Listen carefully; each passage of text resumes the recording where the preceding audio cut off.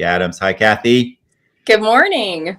Good morning. Thanks for joining me so early and often because, folks, Kathy and I have been trying to go live a few times here.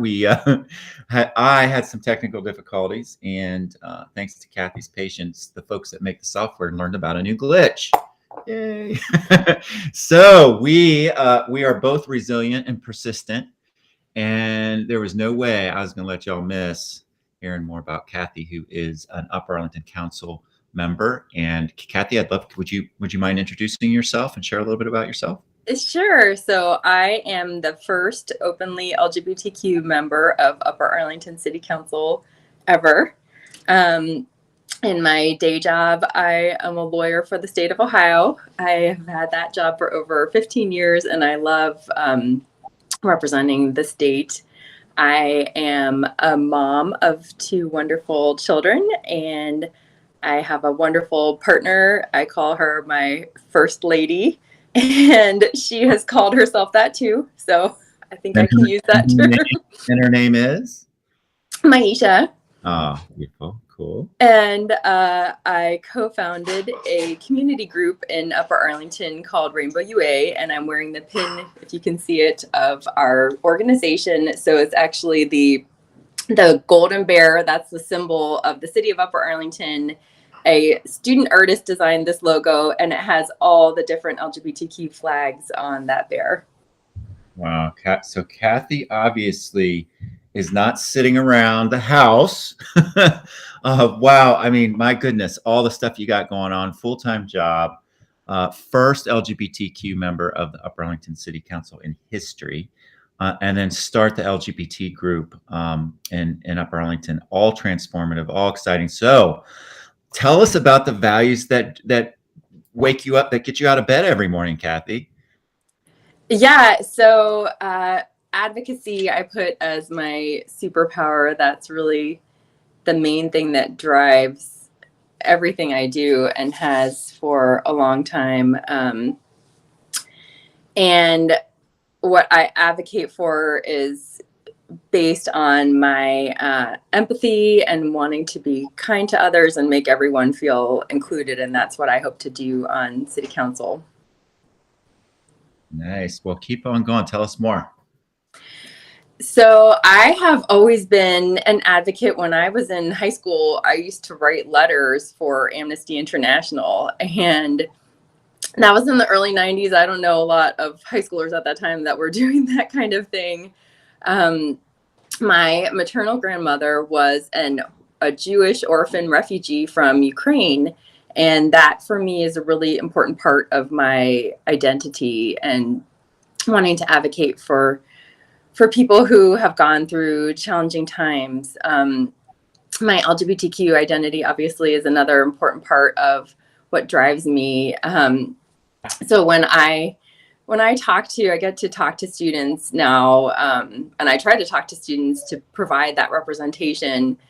When I was younger, it sounds crazy now, but people just did not talk about LGBTQ issues and LGBTQ youth. So I remember when I was little, the first time I had feelings for a girl in elementary school, I didn't even know what that was. I was just like, well, that's weird.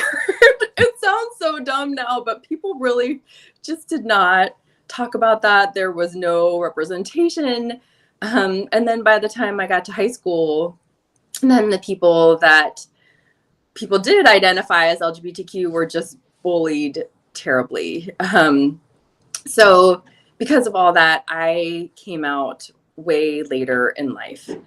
And my advocacy for LGBTQ issues really started in the fall of 2020 when I read the Dear UA Schools that was on Instagram. So several of the suburbs, they had these anonymous posts of students about tough experiences that they were having in the schools. And there were several stories of LGBTQ students that were just really bad, and people were using the same slurs that they used when I was in school. And so I had such empathy because of my own experience, and I really wanted everyone to just feel like they should be treated the same, treated with kindness, and feeling included.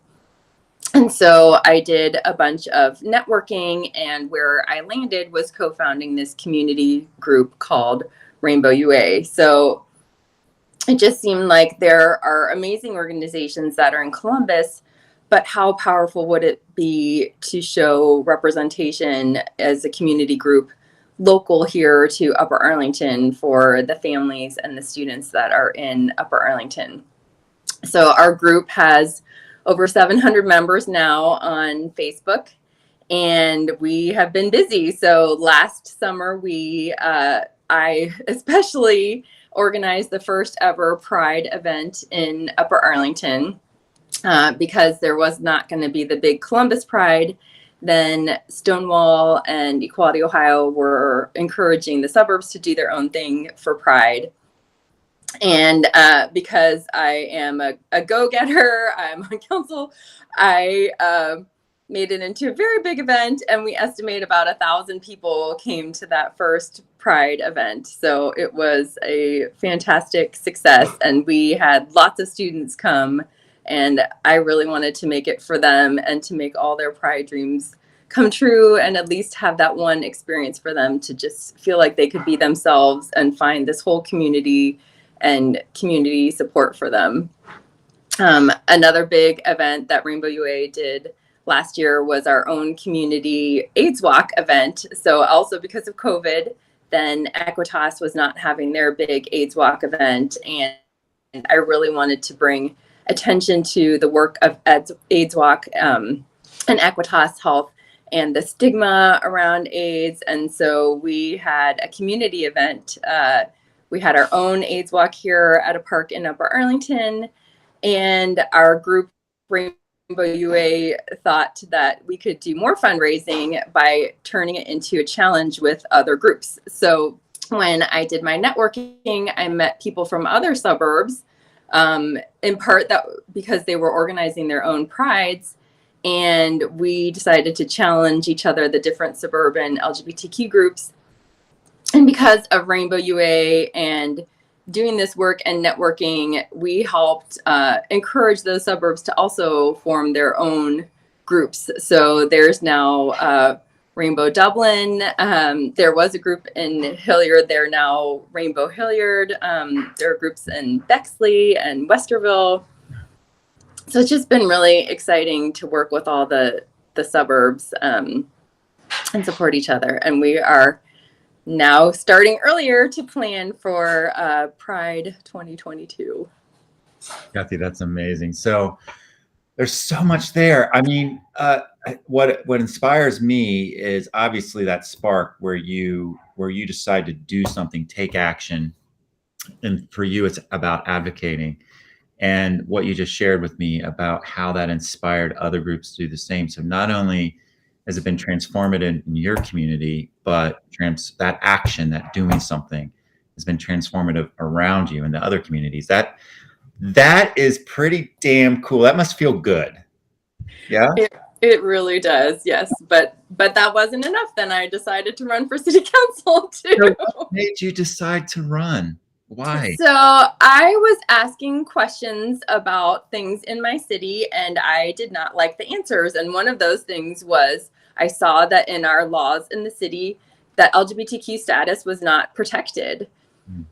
And I wanted to do something about it. You know, I had showed my advocacy skills, I think, and that they were based out of empathy and kindness and wanting people to feel included. And so several people started putting the bug in my ear. And I have read that for women, it's not uncommon that it takes several people to put that idea in your mind, that you just don't see that for yourself, you know. And going back to my elementary school self and my high school self, so in the closet, so secretive, it's just amazing to think I never would have envisioned this for myself.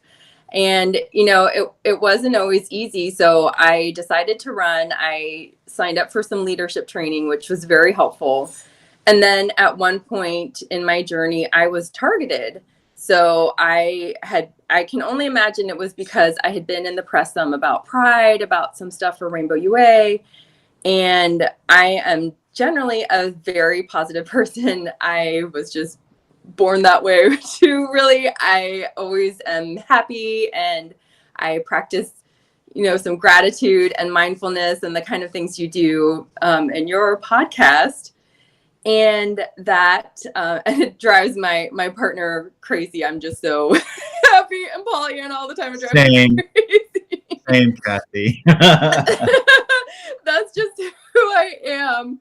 But when I was targeted, it was really scary, and I got in this really dark place, and my partner was with me, and she saw this happening to me. Unfortunately, it was when we were on a little couples vacation, and she was very patient with me because I'm sure neither of us were expecting that to happen when I was on vacation. And what got me through was just thinking about the advocacy and inclusivity and all these issues of, if we allow ourselves to become scared and stop and shy away, nothing is ever going to change. So little by little, I got the courage to put myself out there. So the first step was just deciding, okay, I'm still going to run, but not necessarily be so open about my LGBTQ identity. And the more that I talked to people, and when I had those conversations on doors, we call it in the political world, so just knocking doors, I knocked on thousands of doors and had all these conversations in our community. The most meaningful ones, a lot of the most meaningful ones, were with people from the LGBTQ community or families that had students, and they just wanted help, and they wanted that inclusivity and feeling of belonging. And so that's really what made me change and get out of that fear and just put myself out there like I never would have expected to do. Good for you. That is fantastic. And I know, so you're getting to do some really special work just by showing up and being authentic. Of course, you're making a difference, and such hope to a lot of the folks in your community who feel marginalized as well. And then you have a power panel coming up that I saw on Facebook. You want to share what you're doing with that? Sure. So because of this advocacy, I guess part of my advocacy superpower is networking. And so I have done so much networking for other council members and then for just powerful leaders in the community. I got invited a while ago to be part of the Columbus Central Ohio Roundtable that you're in. So I met people through that as well.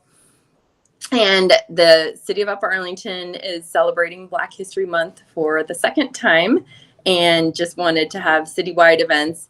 And so I thought it was important to make sure for Black History Month that we're really addressing all the nuances of intersectionality and different facets of identities. And so I got lucky that all these amazing leaders were available at that same window of time on the same day to even dig deeper into that and address all the nuances of Black LGBTQ identity. So I'm very excited. That's coming up on February 24th at 7 on Zoom, and the details are on our website. That's rainbowua.org.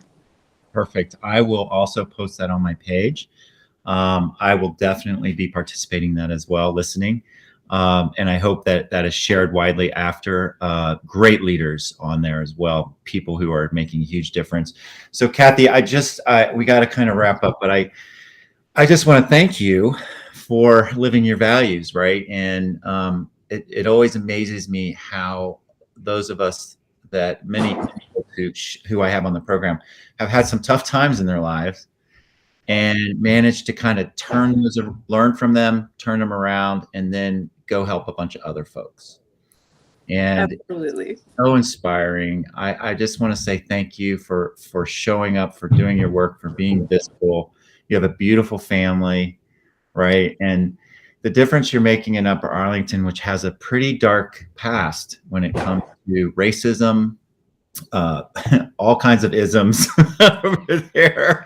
It was just it's a lot of things that you're helping to transform, and that you're a part of. So thank you for that. Appreciate you joining me. Appreciate your patience to get on with me with the technical stuff. So listen, thank you so much, Kathy. And remember, even when it's really cloudy out, the sun is always shining, and you are the sunshine, right? Thank you. Thanks so much for having me. All right, Kathy. Have a great day. You too. Take care. Take care.